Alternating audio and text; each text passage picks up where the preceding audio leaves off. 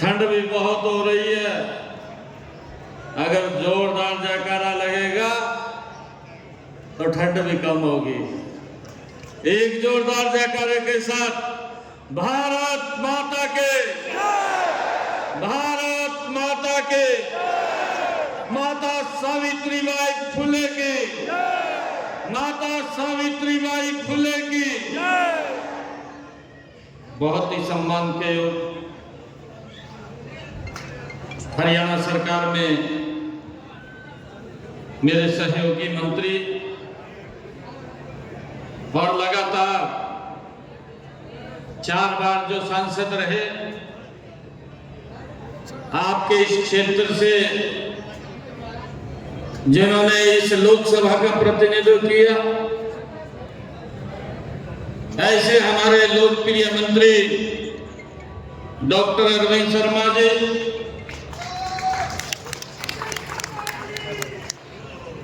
ताड़ियां के मार रहे हैं, जोरदार ताड़ियां।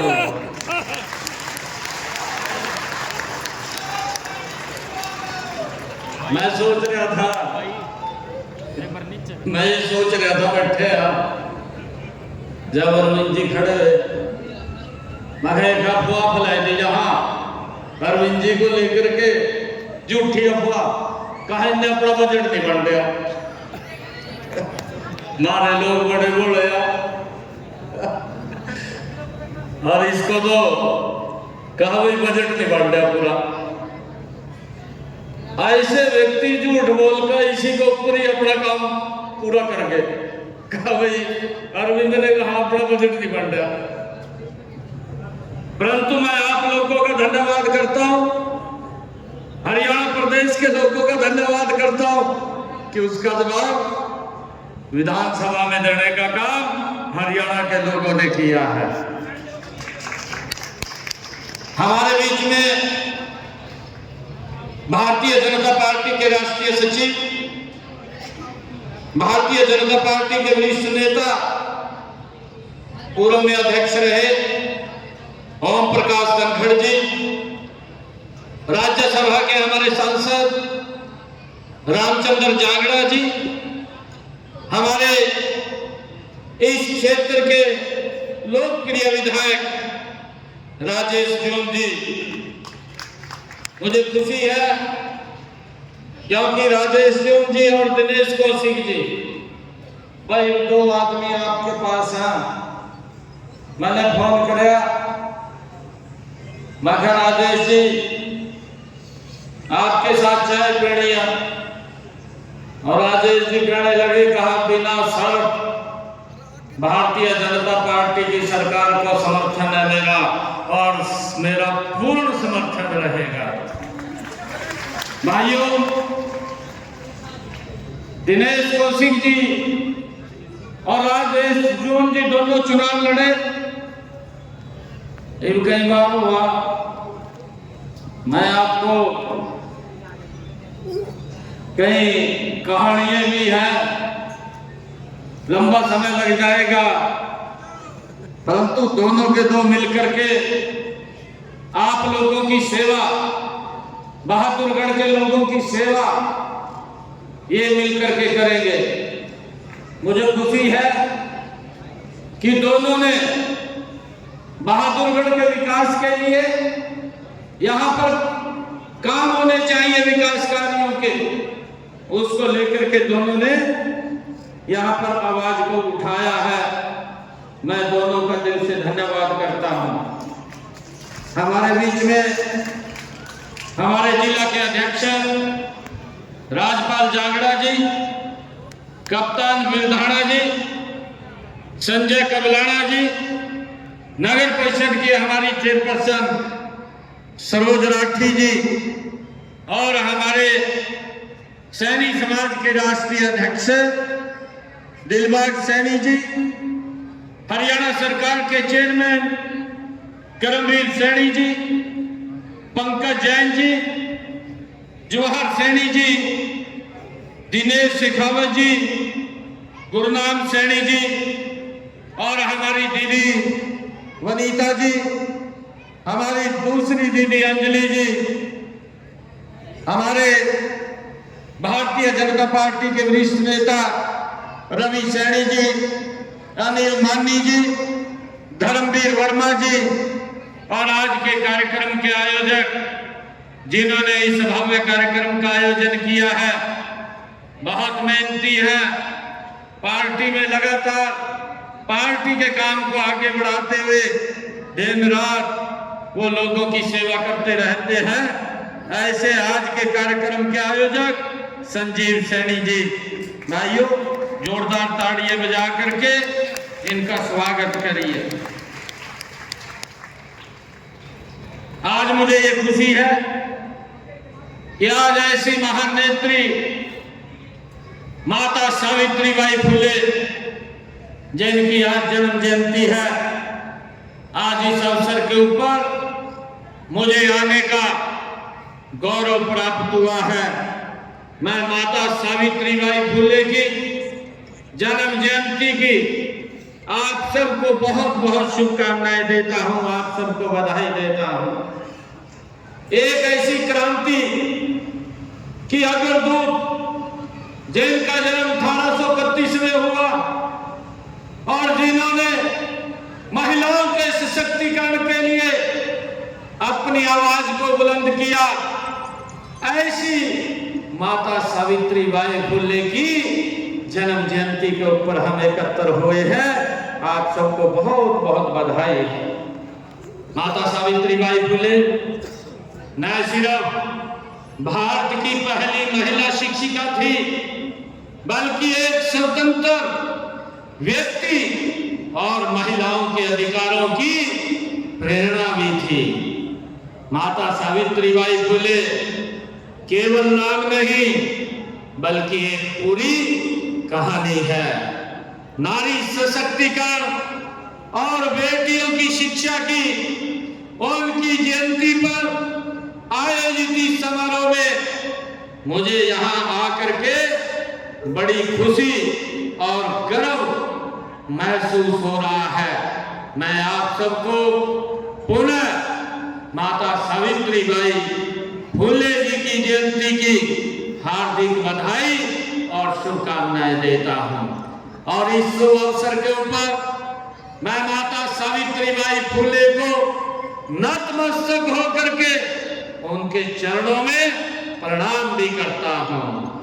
माता सावित्रीबाई फुले का जन्म उस समय में हुआ जब समाज में अनेक कुरीतियां और अंधविश्वास था। जाति व लिंग के आधार पर लोगों से भेदभाव किया जाता था, छुआछूत थी, महिलाओं की स्थिति उस समय में दयनीय थी, उनको पढ़ने का भी अधिकार नहीं था।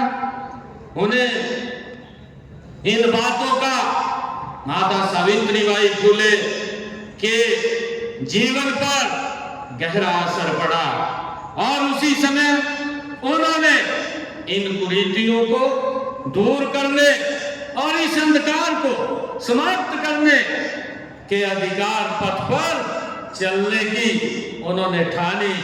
और मुझे खुशी है कि माता सावित्रीबाई फुले जी भारत के नारी मुक्ति आंदोलन की पहली ऐसी समाज सुधारक थी जिनका विवाह केवल 8 वर्ष की आयु में ही 9 वर्ष की आयु में ही वो हुआ है।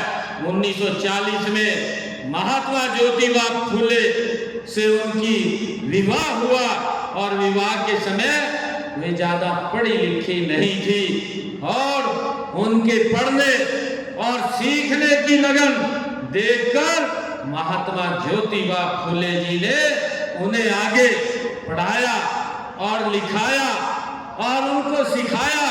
और आज आजादी से पहले भारत में वह दौर था जब महिलाओं को पढ़ने की भी आजादी नहीं थी।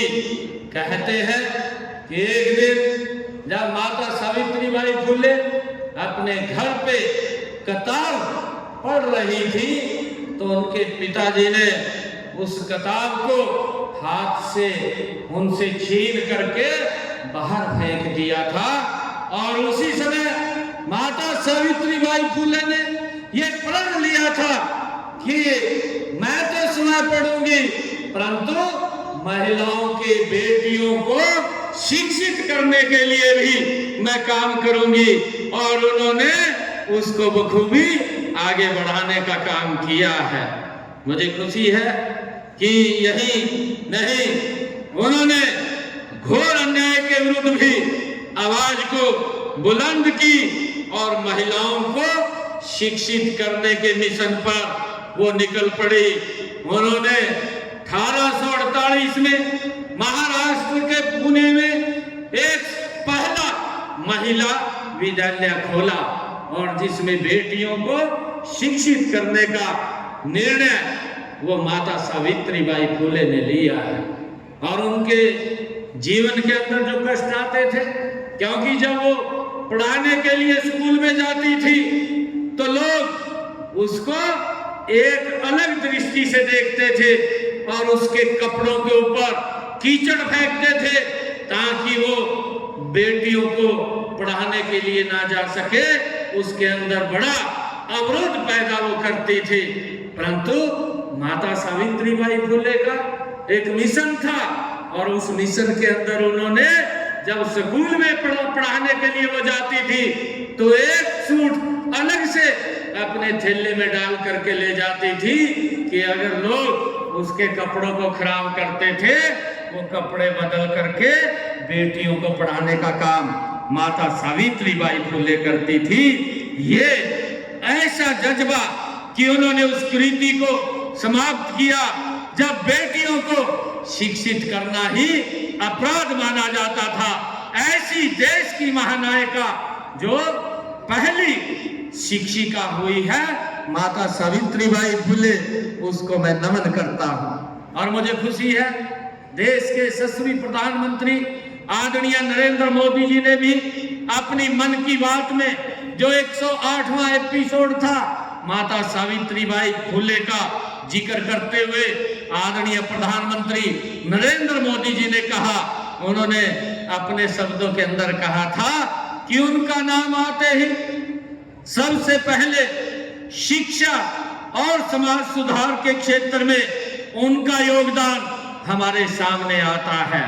वे हमेशा महिलाओं और वंचितों की शिक्षा के लिए जोरदार तरीके से आवाज उठाती रही है। वे अपने समय से बहुत आगे थी और गलत प्रथाओं के विरोध में हमेशा मुखर रही है। शिक्षा से समाज के सशक्तिकरण पर उनका गहरा विश्वास था, ये आदरणीय प्रधानमंत्री जी ने कहा है। मुझे खुशी है कि माता सावित्रीबाई फुले ने अपने जीवन को एक मिशन की तरह जिया। उन्होंने अपने जीवन का उद्देश्य ही विधवा विवाह करवाना, छुआछूत मिटाना, महिलाओं की मुक्ति और महिलाओं को शिक्षित करना ही उनके जीवन का ध्येय था। देश में विधवाओं की दुर्दशा को देखते हुए उन्होंने 1854 में विधवाओं के लिए एक आश्रम खोला। यही नहीं, उन्होंने विधवाओं को पुनर्विवाह के लिए भी प्रेरित किया।